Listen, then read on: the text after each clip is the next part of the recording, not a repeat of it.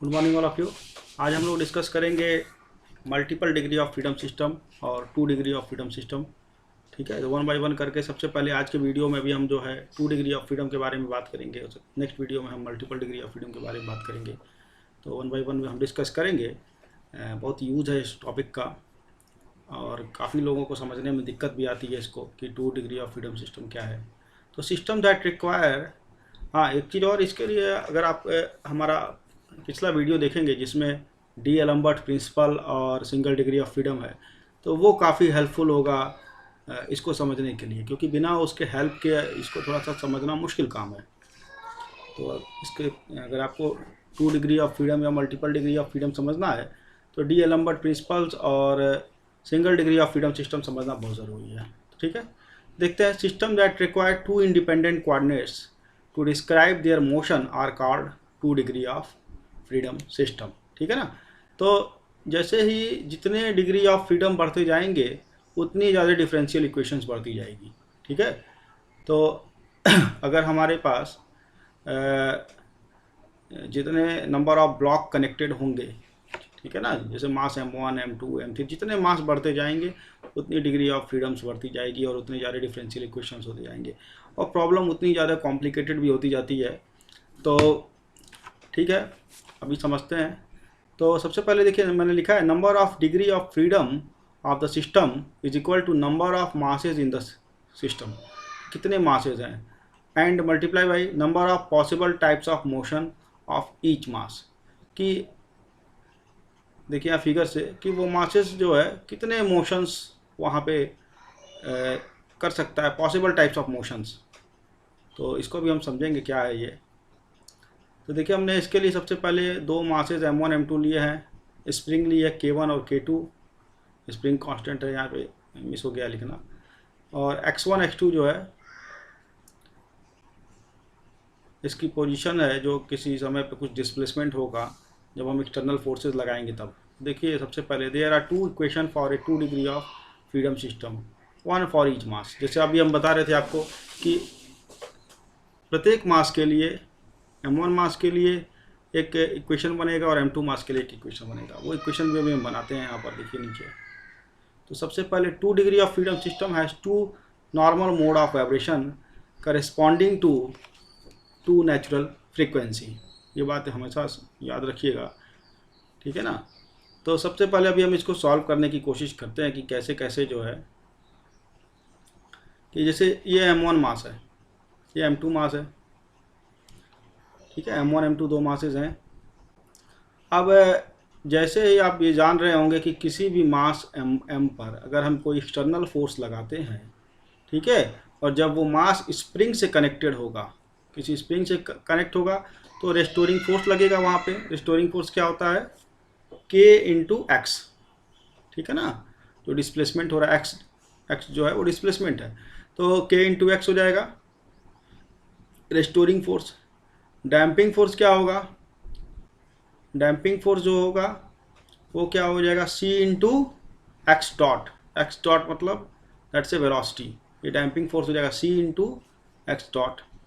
ठीक है ना, देखिए यहाँ पे हमने दिखाया है damping force C1 into x1 dot हो जाएगा डैम्पिंग फोर्स, और रेस्टोरिंग फोर्स हो जाएगा K1 इंटू x1।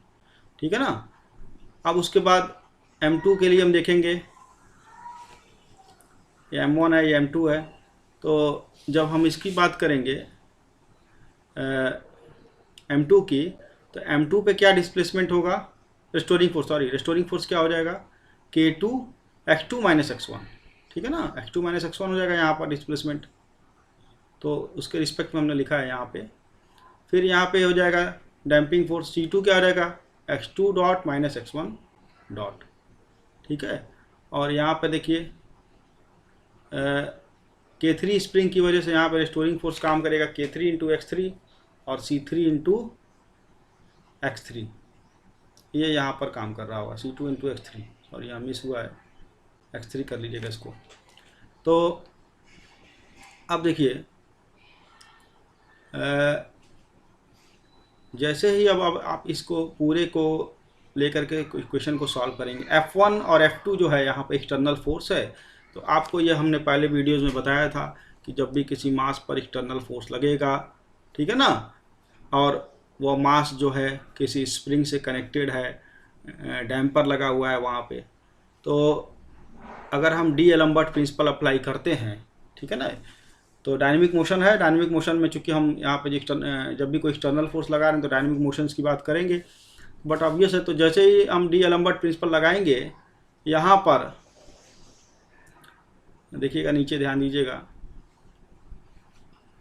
दैट से M into x1 double dot, ये क्या है, मास इंटू एक्सेलरेशन, ठीक है, mass into acceleration, that's come inertia force.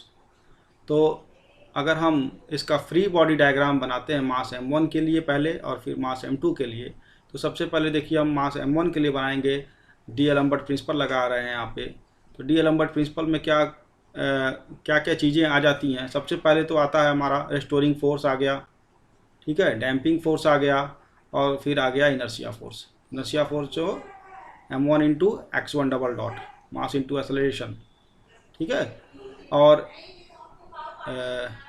इस तरफ में जो फोर्सेज आ रहे हैं वो आ रहे हैं स्प्रिंग K2 की वजह से, K2 into x2 minus x1, और डैम्पिंग फोर्सेस काम कर रहा है C2 x2 dot minus x1 dot, ठीक है ना। F1 एक्सटर्नल फोर्स है। तो इधर वाले जाने वाले फोर्सेस को हमने निगेटिव लिया है और इधर जाने वाले को पॉजिटिव, जैसा कि हम लेते हैं।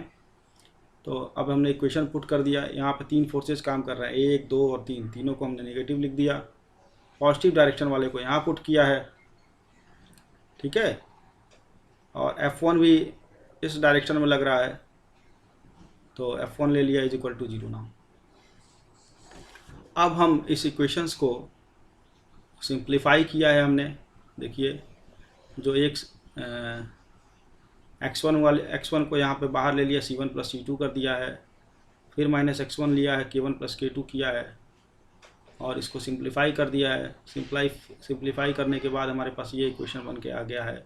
और F1 फोर्स मास m1 के लिए हमने एक इक्वेशन बनाया, और ये इक्वेशन हमारे पास बन के आया है, देखिए ध्यान से।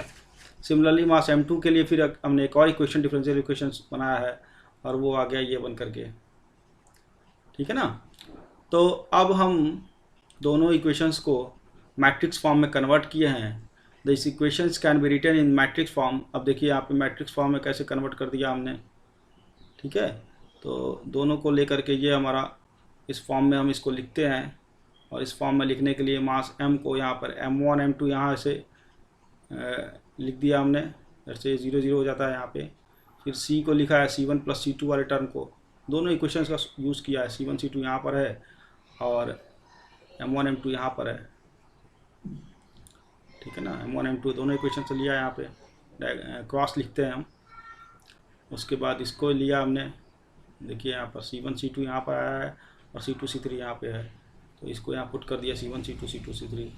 फिर यहाँ पे C2 C2 आ जाएगा, C2 C1, ऊपर वाले में C2 आएगा, यहाँ C1 आएगा। हमने 2 बार लिखा है क्योंकि यहाँ पे ओवर राइटिंग हो गई थी, तो कोई बात नहीं है। यहाँ पे C2 आ गया, यहाँ C1 आ गया, और फिर K के लिए लिख दिया, K1 K2 वाला टर्म ऊपर चला गया, K2 K3 वाला दूसरे वाले इक्वेशन का नीचे आ गया, और फिर यहाँ पे माइनस K2 आ गया। तो इस तरह से ये मैट्रिक्स फॉर्म में कन्वर्ट हो गया, और इसको लेकर के हम प्रॉब्लम्स को सॉल्व करते हैं, वो भी हम देखेंगे कैसे कैसे सॉल्व कर रहे हैं। तो जो भी आपको डाउट्स है, हाँ एक चीज़ और मैं आपको यहाँ बताना चाहूँगा कि मास m1 में जो है, ठीक है, जब हम इसकी बात करेंगे तो स्प्रिंग K1 जो होगा अंडर टेंशन होगा। इसकी बात करेंगे स्प्रिंग K2 जो होगा वो भी अंडर टेंशन होगा, कितना x2 माइनस x1 होगा, यहाँ पे प्लस x1 होगा। और जब हम स्प्रिंग K3 की बात करेंगे तो वहाँ पे कंप्रेशन होगा। ओके, थैंक यू, इस बात का आप ध्यान रखिएगा, और कोई भी डाउट्स हो तो आप हमसे पूछ सकते हैं related to 2 degree of freedom system. Okay, thank you.